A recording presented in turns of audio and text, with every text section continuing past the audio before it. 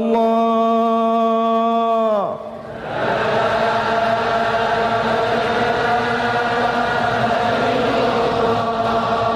Muhammadur Rasulullah.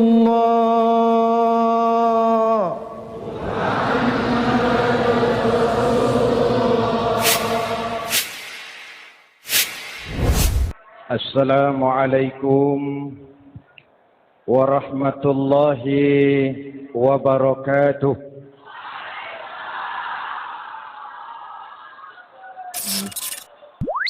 Alhamdulillahi rabbil alamin. Wassalatu wassalamu ala asyrafil mursalin Sayyidina wa maulana Muhammadin wa ala alihi wa sahbihi ajma'in, amma ba'du. Saudara-saudara kaum muslimin yang berbahagia, hadirin, kesempatan malam ini saya ingin cerita akhirat saja. Sudah pernah ke akhirat belum? Mau? Kalau mau saya daftar, besok berangkat. Salah satu rukun iman yang 6, percaya kepada adanya akhirat. Satu saat alam ini akan hancur sehancur-hancurnya. Bumi, gempa, gunung, meletus, air laut tumpah ke darat. Planet-planet bertabrakan, halilintar menyambar, angin topan bertiup. Semua yang bernama hidup, mati, itu kiamat. Lalu kita akan dibangkitkan di padang mahsyar, dibangkitkan dari kubur kita masing-masing. Dan subhanallah, pada saat bangkit dari kubur itu, keadaan muka kita ini menurut satu riwayat berubah menurut amalan kita masing-masing. Jangan heran nanti ada yang dibangkitkan dari kuburnya itu mukanya berubah jadi muka tikus. Hebat sekali. Badannya badan manusia, tangannya tangan manusia, mukanya muka tikus. Sebab apa? Sebab waktu di dunia amalannya amalan tikus. Apa amalan tikus itu? Suka menggeragoti barang yang disimpan rapi-rapi.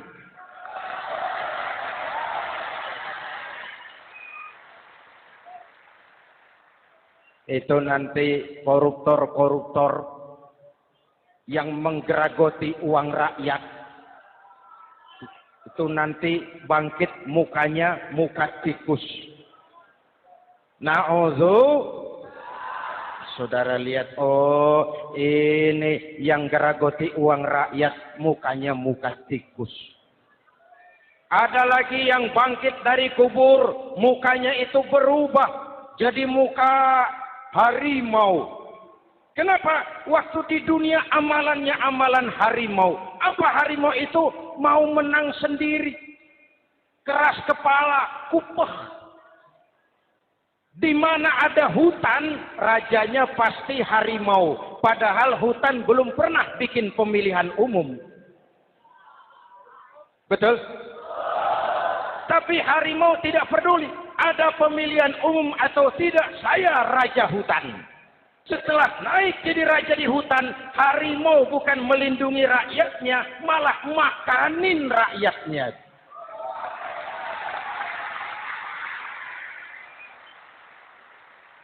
Orang-orang yang mau benar sendiri. Ada lagi yang bangkit dari kubur gagah, mukanya muka ketek. Sebab apa? Waktu di dunia amalannya amalan ketek. Apa ketek itu? Rakus, serakah, tamak. Coba, ketek itu kasih pisang, dimakan. Berikan lagi, pegang. Berikan lagi, kakinya yang megang. Temannya diberikan, masih dirampas juga. ketek. Serakah. Kalau mental ketek masih gentayangan di republik ini, maka pemerataan cuman akan jadi dongeng. Kaum muslimin yang berbahagia, pada saat itu di akhirat nanti, setiap orang sibuk dengan urusannya sendiri-sendiri. Boleh jadi setiap kita lalu akan dimintakan pertanggungjawaban jawab. Boleh jadi orang tua tidak sempat lagi mengingat anaknya. Saudara tidak lagi sempat memikirkan saudaranya. Tiap orang akan dimintakan pertanggungjawaban jawab. Dalam kondisi seperti itu, Rasulullah mengajarkan sab'atun yudhilluhumullahu yawma la dhilla illa dhilluh. Ada 7 golongan manusia yang di akhirat nanti akan langsung mendapat perlindungan dari Allah Subhanahu wa ta'ala. Orang lain sibuk, dia tenang. Orang lain resah dan gelisah, dia ayem. Kenapa? Mendapat perlindungan dari Allah. Sebab ketika di dunia, ia memberikan perlindungan kepada orang banyak. Siapa mereka? Mudah-mudahan kita termasuk salah satu di dalamnya. Mencari perlindungan Allah lebih-lebih dalam situasi sekarang ini. Pertama, imamun adil. Yang akan mendapat perlindungan langsung dari Allah adalah pemimpin yang adil. Sebab apa? Pemimpin yang adil melindungi banyak rakyat, maka pantas di akhirat dilindungi oleh Allah Subhanahu. Kita ini kan zon politik kan. Kita ini makhluk yang tidak mungkin hidup sendiri-sendiri. Untuk melaksanakan hajat bersama, kita memerlukan pemimpin. Memilih pemimpin itu tidak sulit. Dalam fikih, ketika sholat, itu dijelaskan bagaimana cara memilih imam. Siapa yang diangkat jadi imam? Pertama, a'lamuhum. Orang yang paling alim di kampungmu siapa? Angkat jadi imam. Yang paling alim, paling menguasai persoalan sehingga bisa membawa bangsa keluar dari kesulitan. Pemimpin yang bisa menyelesaikan masalah, bukan yang menimbulkan masalah.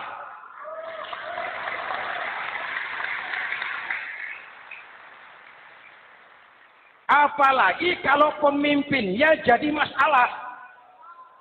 Bagian dari masalah. Ini namanya pengurus jadi urusan. A'lamuhum. Pak, di kampung saya ada 2 orang. Alimnya sama. Yang mana yang jadi imam? Absahuhum. Yang lebih fasih lidahnya. Yang paling pandai menyuarakan aspirasi rakyatnya. Punya sense of crisis. Yang satu alim tapi pelo. Yang satu alim tidak pelo, yang tidak pelo jadi imam. Kenapa tidak sah orang fasih bermakmum kepada imam pelo? Pak, ini imam pelo, makmum pelo semua, sah. Namanya kampung pelo. Aduh Pak, ini 2 orang alimnya sama, fasihnya sama, yang mana yang jadi imam? Aktsaruhum sinnan, yang lebih tua umurnya, senioritas baru dihitung. Lahirnya bareng Pak. Yang mana yang jadi imam? Awaluhum hijratan, yang lebih dulu tinggal di situ, yang punya semangat nasionalisme yang tinggi, yang cinta kepada bangsa dan rakyatnya. Sudah ada imam, sudah, ayo azan. Apa azan itu? Proklamasi. Salat mau dimulai. Sudah azan? Sudah. Qobliyah 2 rakaat. Qobliyah. Apa qobliyah itu? Dulu ada namanya Panitia Persiapan Kemerdekaan Indonesia. Qobliyah. Sudah qobliyah? Sudah. Luruskan shaf. Atur barisan yang lurus. Rapatkan barisan. Apa ini? Bentuk pemerintahan yang kompak, bersih, berwibawa. Jangan sesama elit saling tawuran.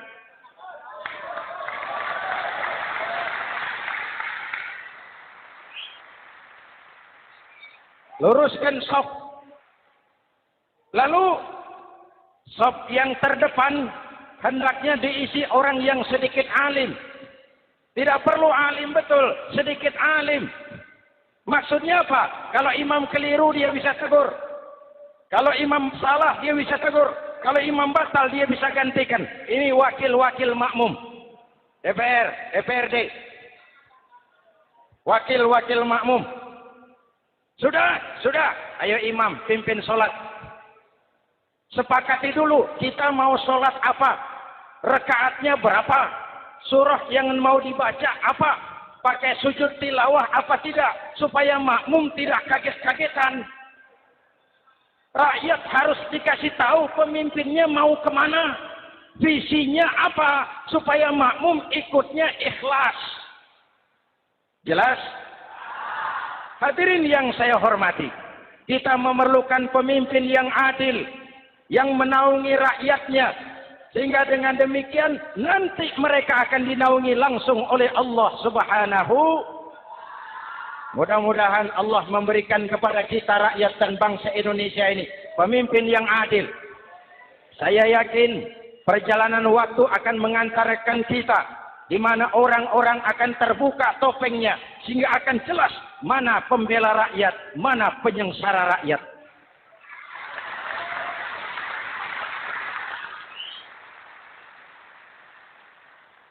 Lalu sebenarnya tiap kita ini kan pemimpin. Pak Lurah pemimpin di kelurahannya, Pak Camat pemimpin di kecamatannya, kepala suami pemimpin di rumah tangganya, anak muda pemimpin bagi dirinya.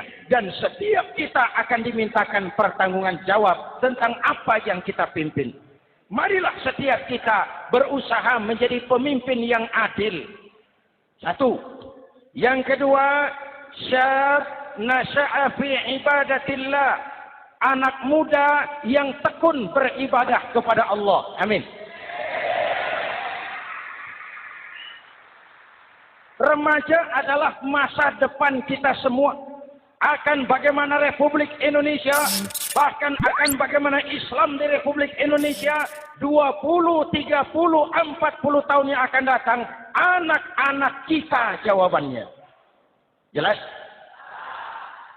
Maka menghancurkan Islam tidak usah menyegel masjid, tidak usah menutup pesantren, tidak perlu melarang pengajian, cukup dengan meracuni remaja dan pemuda Islam, menjauhkan mereka dari agama dan ulama. Kalau mereka sudah jauh dari agama dan ulama, tinggal menunggu pergantian generasi.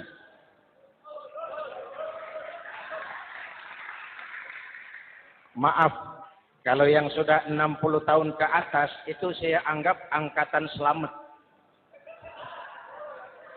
Generasi tanda seru. Insya Allah mantap akidahnya, tidak goyah imannya. Tapi yang 30 tahun ke bawah, adik-adik saya ini, the next generation. Kalian yang jadi pilot project. Remaja-remaja Islam, kalau mau jadi remaja dan pemuda modern, jangan dekat-dekat ke masjid kuno. Masjid khusus 70 tahun ke atas. Baca Quran kampungan. Ngaji urusan akhirat. Seiring dengan itu, modernisasi diartikan dengan westernisasi. Kau tidak bisa jadi pemuda modern kalau semua yang datang dari barat belum kau telan mentah-mentah. Kau harus bisa bergaul seperti orang barat, berpakaian seperti orang barat, berumah tangga seperti orang barat, makan minum seperti orang barat. Kalau nyanyi lagunya lagu barat yang orang lain nggak ngerti, kamu juga nggak tahu. Mengalirlah narkoba dalam segala bentuknya. Maka muncullah generasi-generasi santai, generasi-generasi salon yang mencoba mencari pelarian hanya dengan kesenangan sesaat, tapi menghancurkan masa depan yang pasti.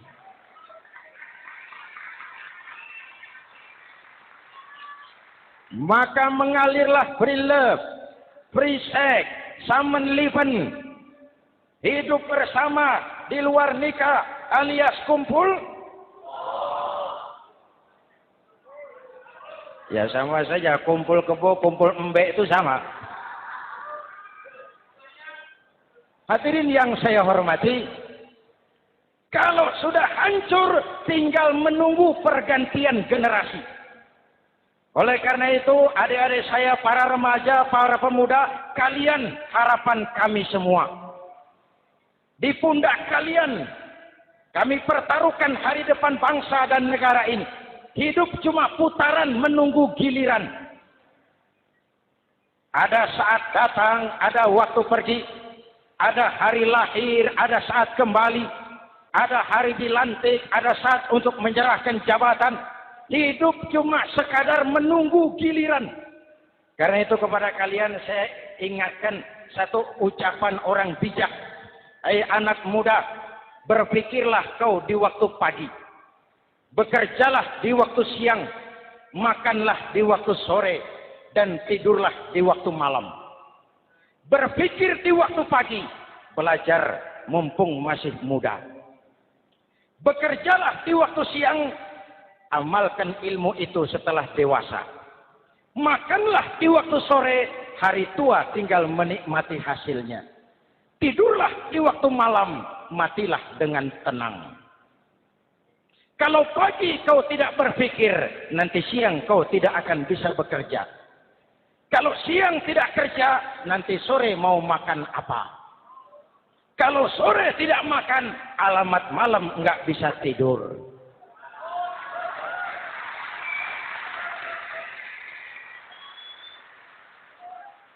Kalau waktu remaja, waktu muda maunya santai-santai saja, dewasanya bingung. Kalau dewasanya bingung, hari tua terlunta-lunta. Kalau hari tua terlunta-lunta, matinya menteleng. Maka lebih baik makan singkong betulan daripada makan roti mimpi. Ayo, makan singkong betulan, makan roti mimpi, lebih bagus mana? Lebih bagus makan roti betulan. Kalau perlu, lebih baik sekolah sambil dagang koran, sekolah sambil parkir mobil, sekolah sambil semir sepatu, daripada petatang peteteng tanpa prospek hari depan yang ada artinya.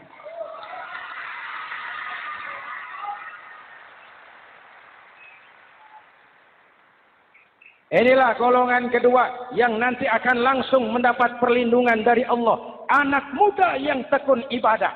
Kalau orang tua tekun ibadah, pantas. Orang tua rajin ibadah, tidak istimewa. Masya Allah Pak, itu orang tahajudnya hebat, wirid yasinnya mantap, puasanya luar biasa, zikirnya mantap. Umurnya berapa? 70. Wajar. Lalarwi sanjo. Sudah larut senja. Kalau 70 masih jadi preman, kapan taubatnya? Tapi kalau ada anak muda, darahnya masih mengalir dengan panas, keinginannya masih sejuta khayal, dia bisa salurkan di jalan Allah, itu amat disukai Allah, dan itu akan mendapat perlindungan langsung dari Allah Subhanahu. Hadirin kaum muslimin di seluruh tanah air yang saya cintai. Sekarang kita sampai kepada golongan ketiga. Yang nanti dinaungi Allah itu siapa? Rajulun qalbuhu mu'allaqun bil masajid. Seseorang yang hatinya selalu terpaut kepada masjid. Masjid memang tempat melaksanakan sholat. Tapi lebih dari itu dia adalah pusat kegiatan umat. Umat Islam dengan masjid seperti ikan dengan air. Tidak boleh berpisah. Sehingga ada hadis qudsi mengajarkan, inna buyuti fil ardil masajid wa inna zuwari fiha ummaruha. Rumahku di permukaan bumi adalah masjid. Orang-orang yang memakmurkan masjid adalah tamuku. Dari masjidlah terpancar semangat silaturahmi. Dan itu yang sangat kita perlukan sekarang. Di tengah-tengah kerentanan kita sebagai bangsa, masjid harus jadi lem perekat. Di sini siapapun yang datang mengucapkan Assalamualaikum. Betul? Menebarkan salam. Menebarkan rasa damai. Bersalaman. Kata Nabi, ma min muslimaini yaltaqiyani fayatasafahani illa ghafarallahu dzunubahuma. Apabila dua orang Islam bertemu lalu bersalam-salaman, Allah akan menghapuskan dosa yang terjadi di antara kedua orang itu. Bangsa kita sedang rentan perpecahan. Benih-benih disintegrasi bertebaran di mana-mana. Maka mari kita kembali ke masjid untuk menyusun semangat kebersamaan, meluruskan saf, merapatkan barisan, dan menerjemahkannya di luar masjid. Ini ada kaitannya dengan faktor yang keempat, yang langsung dilindungi Allah. Siapa mereka? Rajulani tahabba fillahi ijtama'a alaihi wa tafarraqa alaihi. Dua orang yang bersaudara, bertemu karena Allah, berpisah karena Allah. Itu akan dilindungi langsung oleh Allah di hari akhirat nanti. Dua orang bersaudara, bertemu karena Allah, berpisah pun juga karena Allah. Tadi dalam perjalanan ke sini, saya melalui sebuah desa. Masih ada sisa-sisa tawuran antar desa. Saya tidak sebutkan desanya, itu rahasia perusahaan. Saya cuma prihatin, siapa lawan siapa. Siapa yang kita bakar rumahnya, siapa yang kita sambiti dengan batu, siapa yang kita rugikan, padahal urusannya kadang-kadang sepele. Di satu desa misalnya, cuma urusan kaset jadi tawuran antar desa. Ini kan hal yang sangat sepele. Padahal Nabi mengajarkan dengan keras, kalau dua orang Islam saling bertengkar, al-qatil wal maktul finnar. Yang membunuh dan yang dibunuh, dua-duanya neraka. Sahabat bertanya, ya Rasul, kalau yang membunuh masuk neraka, pantas. Kenapa yang dibunuh neraka juga? Rasulullah senyum lalu berkata, yang dibunuh pun sudah punya niat membunuh. Cuma keduluan dibunuh. Andai kata tidak dibunuh, dia yang akan membunuh. Mari kita renungkan, kenapa sebagai bangsa kita seperti tercabut dari akar budaya kita. Kita jadi beringas, kita jadi brutal untuk hal yang sepele. Yang satu teriak Allahu Akbar, yang lain teriak Allahu Akbar. Siapa lawan siapa? Dulu Bung Tomo teriak Allahu Akbar, musuhnya londo. Sayyidina Hamzah, Khalid bin Walid teriak Allahu Akbar, yang dilawan kafir. Abu Jahal, Abu Lahab, Abu Sufyan. Sekarang si Ali lawan si Hasan, Hasan Allahu Akbar, Ali Allahu Akbar. Siapa lawan siapa?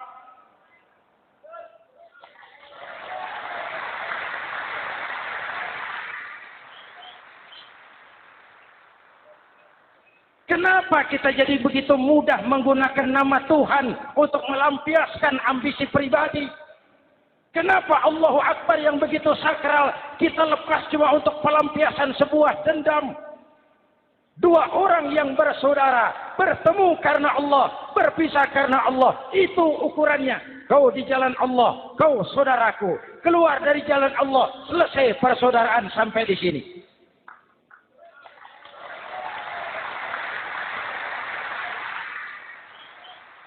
Hadirin, lewat mimbar ini saya kembali menekankan, mari kita pelihara kerukunan.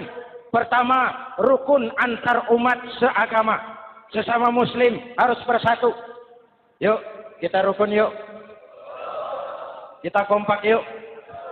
Kita bersatu yuk. Sesama muslim, kaos boleh berbeda, boleh. Jaket boleh tidak sama, silakan. Paham politik boleh berbeda, boleh. Kau lewat sana, saya lewat sini, nanti kita ketemu di sana. Betul? Mari lapang dada menerima perbedaan, tetapi mengarah kepada satu tujuan yang sama. Walaupun bineka, kita ini tunggal, seperti dilatih di masjid ini. Dua orang yang bersaudara, bertemu karena Allah, berpisah karena Allah. Hati-hati, di masyarakat sekarang ini kan lebih banyak tukang kompor daripada tukang lem. Tahu tukang kompor? Hangati sana, panasi sini, bakar sana, sulut sini. Terbakar kita, dia lari tepuk tangan. Udah capek kita rakyat diobok-obok. Udah capek kita rakyat dialamatkan, dijadikan adres. Semua kalau pidato demi rakyat, untuk rakyat, buat rakyat, padahal nggak pernah kenal sama rakyat. Kita cuma jadi alamat. Mari kita kokohkan akar kebersamaan. Kita sama-sama anak Ibu Pertiwi. Di negeri ini kita dilahirkan. Air negeri ini yang kita minum, udara negeri ini yang kita hirup. Kalian remaja, kalian pemuda lebih bertanggung jawab karena kalian anak Ibu Pertiwi. Hadirin yang saya hormati, maka tetaplah jaga semangat kebersamaan. Ini yang keempat. Yang kelima, rajulun zakarallaha khalian fafadat ainahu. Seseorang yang mengingat Allah dalam kesunyian, lalu berlinang air matanya. Tengah malam, dikala orang sedang tidur, dia bangun munajat. Gemersik tikar tersentuh tangan, laksana lambayan tangan malaikat maut datang hendak merenggut nyawa. Terbayang dosa yang pernah dia kerjakan, air mata berurai membasahi pipi tanpa terasa. Orang yang munajat semacam itu nanti langsung mendapat perlindungan dari Allah Subhanahu. Saya pernah baca hadis qudsi, merinding bulu kuduk saya. Mendengar hadis qudsi ini, terbayang Indonesia saya, Indonesiaku, Indonesiamu, Indonesia kita semua. Apa kata Allah dalam hadis qudsi? Inni la ahammu bi'azabi ibadi. Kadang-kadang aku muak melihat tingkah laku manusia. Aku kepengen turunkan azab. Kalau azab turun di bumi, kita sudah merasakan banjir di mana-mana. Manado banjir, Sumatera Barat banjir, Jambi banjir, Bengkulu, tanah longsor di Purworejo, Cilacap banjir, Sukabumi gempa, Pandeglang gempa, ekonomi terpuruk, antar kampung tawuran, antar elit di atas tawuran.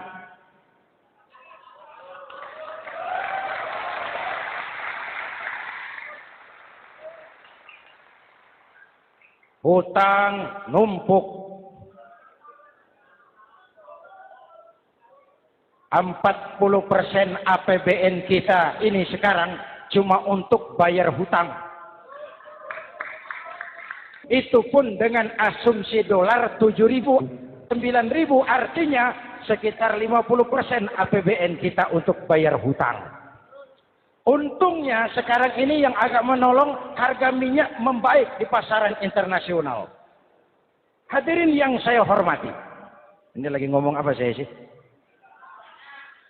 Aku pengen turunkan azab, tetapi kata Allah, ketika aku melihat orang-orang tua yang sujud di keheningan malam, bayi-bayi tanpa dosa masih menyujud. Hadis qudsi mengajarkan, inna buyuti fil ardil masajid wa inna zuwari fiha ummaruha. Rumahku di permukaan bumi adalah masjid. Orang-orang yang memakmurkan masjid adalah tamuku. Dari masjidlah terpancar semangat silaturahmi. Dan itu yang sangat kita perlukan sekarang. Di tengah-tengah kerentanan kita sebagai bangsa, masjid harus jadi lem perekat. Di sini siapapun yang datang mengucapkan assalamualaikum. Betul? Menebarkan salam, menebarkan rasa damai, bersalaman. Kata Nabi, "Ma min muslimaini yaltaqiyani fayatasafahani illa ghafarallahu dzunubahuma." Apabila dua orang Islam bertemu lalu bersalam-salaman, Allah akan menghapuskan dosa yang terjadi di antara kedua orang itu. Bangsa kita sedang rentan perpecahan. Benih-benih disintegrasi bertebaran di mana-mana. Maka mari kita kembali ke masjid untuk menyusun semangat kebersamaan, meluruskan shaf, merapatkan barisan, dan menerjemahkannya di luar masjid. Ini ada kaitannya dengan faktor yang keempat, yang langsung dilindungi Allah. Siapa mereka? Rajulani tahabba fillahi ijtama'a alaihi wa tafarraqa alaihi. Dua orang yang bersaudara, bertemu karena Allah, berpisah karena Allah. Itu akan dilindungi langsung oleh Allah di hari akhirat nanti. Dua orang bersaudara, bertemu karena Allah, berpisah pun juga karena Allah. Tadi dalam perjalanan ke sini, saya melalui sebuah desa. Masih ada sisa-sisa tawuran antar desa. Saya tidak sebutkan desanya, itu rahasia perusahaan. Saya cuma prihatin, siapa lawan siapa? Siapa yang kita bakar rumahnya? Siapa yang kita sambiti dengan batu? Siapa yang kita rugikan? Padahal urusannya kadang-kadang sepele. Di satu desa misalnya, cuma urusan kaset jadi tawuran antar desa. Ini kan hal yang sangat sepele. Padahal Nabi mengajarkan dengan keras, kalau dua orang Islam saling bertengkar, al-qatil wal maktul finnar. Yang membunuh dan yang dibunuh, dua-duanya neraka. Sahabat bertanya, "Ya Rasul, kalau yang membunuh masuk neraka, pantas. Kenapa yang dibunuh neraka juga?" Rasulullah senyum lalu berkata, "Yang dibunuh pun sudah punya niat membunuh. Cuma keduluan dibunuh. Andai kata tidak dibunuh, dia yang akan membunuh." Mari kita renungkan, kenapa sebagai bangsa kita seperti tercabut dari akar budaya kita. Kita jadi beringas, kita jadi brutal untuk hal yang sepele. Yang satu teriak Allahu Akbar, yang lain teriak Allahu Akbar. Siapa lawan siapa? Dulu Bung Tomo teriak Allahu Akbar, musuhnya londo. Sayyidina Hamzah, Khalid bin Walid teriak Allahu Akbar, yang dilawan kafir. Abu Jahal, Abu Lahab, Abu Sufyan. Sekarang si Ali lawan si Hasan, Hasan Allahu Akbar, Ali Allahu Akbar. Siapa lawan siapa?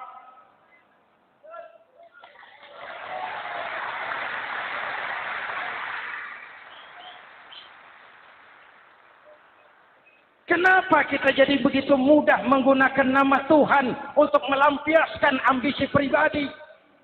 Kenapa Allahu Akbar yang begitu sakral kita lepas cuma untuk pelampiasan sebuah dendam? Dua orang yang bersaudara bertemu karena Allah, berpisah karena Allah. Itu ukurannya. Kau di jalan Allah, kau saudaraku. Keluar dari jalan Allah, selesai persaudaraan sampai di sini.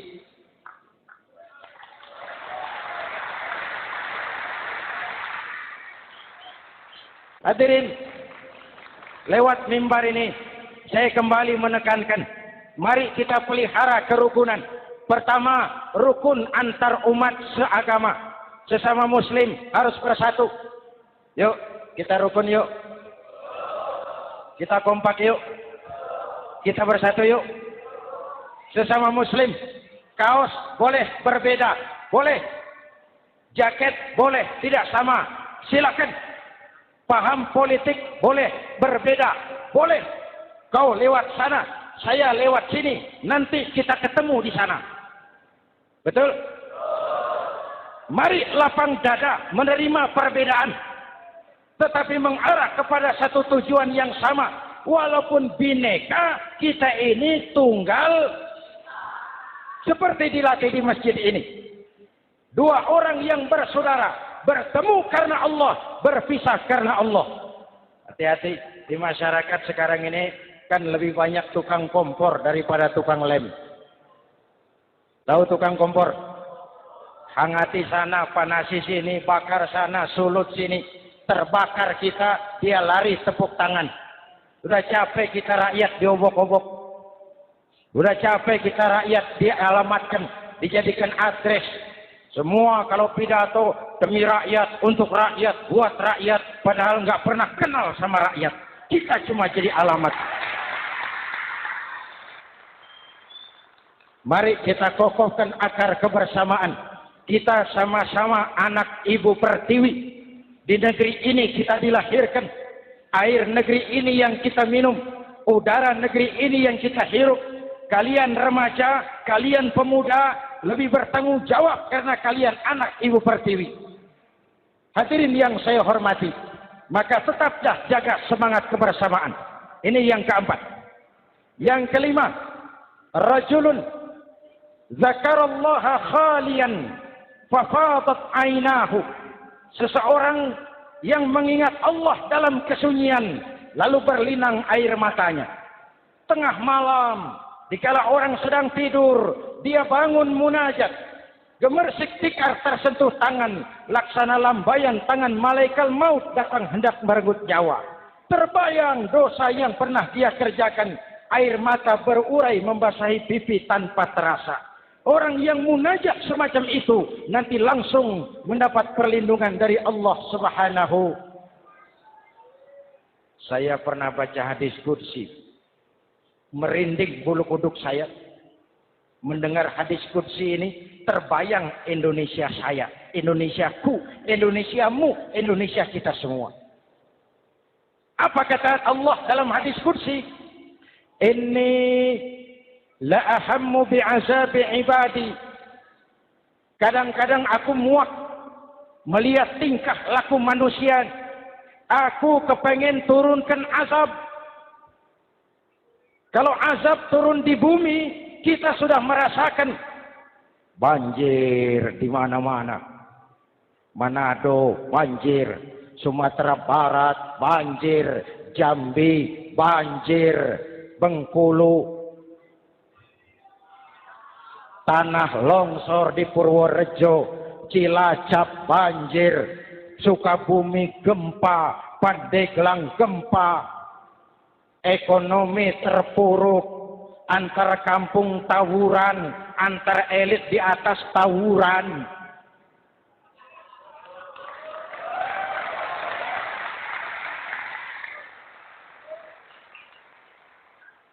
Hutang numpuk. 40% APBN kita ini sekarang cuma untuk bayar hutang. Itu pun dengan asumsi dolar 7.000, 9.000, artinya sekitar 50% APBN kita untuk bayar hutang. Untungnya sekarang ini yang agak menolong, harga minyak membaik di pasaran internasional. Hadirin yang saya hormati. Ini lagi ngomong apa saya sih? Aku pengen turunkan azab, tetapi kata Allah, ketika aku melihat orang-orang tua yang sujud di keheningan malam, bayi-bayi tanpa dosa masih menyusu, binatang ternak melata mencari makan, murkaku surut, azab aku tarik kembali. Ayo renungkan hadis ini. Allah mau marah nggak jadi, azab ditarik, kesulitan diangkat, pertolongan datang, ada yang meredam murka Allah. Allah mau marah nggak jadi. Kenapa? Orang-orang tua yang tengah malam sujud sambil berlinang air mata, itu yang meredam murka Allah. Yang ikhlas menangis kepada Allah, bukan menangis berdasarkan pesanan. Ini kan sekarang apa yang nggak bisa dipesan? Istighosah pesanan, demo pesanan, 10.000 berangkat. Ngerti apa enggak urusan soal lain.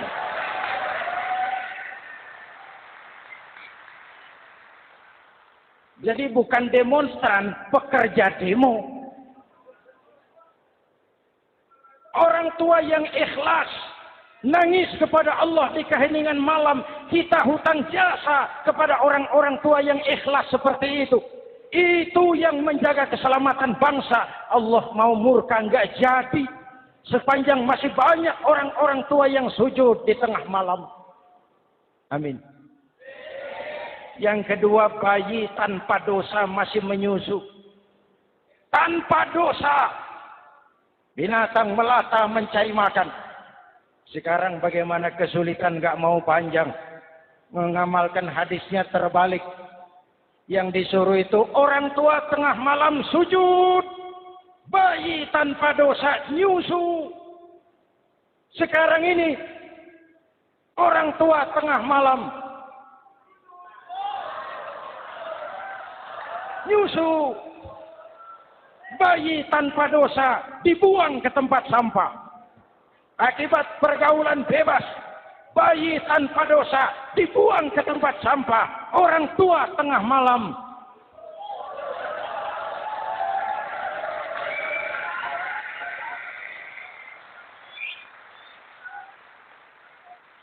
Hadirin, yang keenam, rajulun da'athum ra'atun zatu mansibin wa jamalin ila nafsiha faqala inni akhafu Allah rabbal alamin. Orang yang bermoral dibujuk rayu oleh perempuan cantik, lalu dia berkata, maaf, saya takut kepada Allah. Orang bermoral yang merasakan kehadiran Allah dekat dalam hidup. Umpama waktu puasa, saudara sholat zuhur. Sebelum sholat saudara berwudu. Ketika berkemur saudara korupsi. Sedikit airnya saudara minum. Jangankan polisi, teman wudhu sebelah pun tidak tahu kalau waktu berkemur saudara korupsi. Kenapa kita tidak mau melakukan? Ada rasa malu kepada Allah. Ini yang perlu kita tumbuh kembangkan. Rasa malu kepada Allah subhanahu wa ta'ala. Yang ketujuh, rajulun tasaddaqa bi sadaqatin fa'akhfaha. Orang yang bersedekah lalu disembunyikan sehingga tangan kiri tidak tahu apa yang diberikan oleh tangan kanan. Orang yang punya kepedulian tinggi tetapi ikhlas menolong yatim, membantu sesama dalam rangka menegakkan masyarakat yang adil dan makmur. Mari kita mohon kepada Allah, semoga kita semua senantiasa dalam perlindungannya di dunia ini dan lebih-lebih di akhirat nanti. Al-Fatihah. A'udzubillahi minasyaitonir rajim. Shiratal ladzina an'amta 'alaihim ghairil maghdubi 'alaihim waladdallin. Amin. Bismillahirrahmanirrahim. Alhamdulillahi rabbil alamin. Allahumma shalli ala Muhammad wa ala alihi wa sahbihi ajma'in.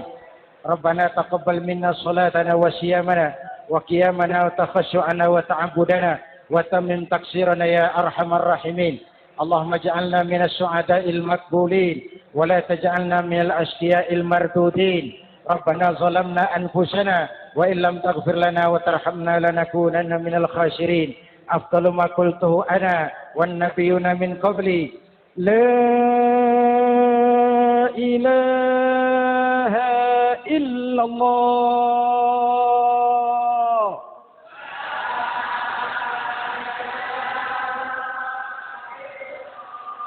La ilaha illallah.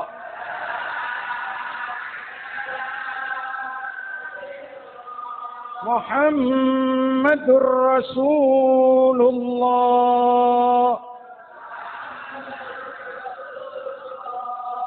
Kalimatu haqqin 'alaiha nahya wa 'alaiha namut wa 'alaiha numashu insyaallah minal aminin wa akhiru da'wana alhamdulillahi rabbil alamin. Assalamualaikum warahmatullahi wabarakatuh.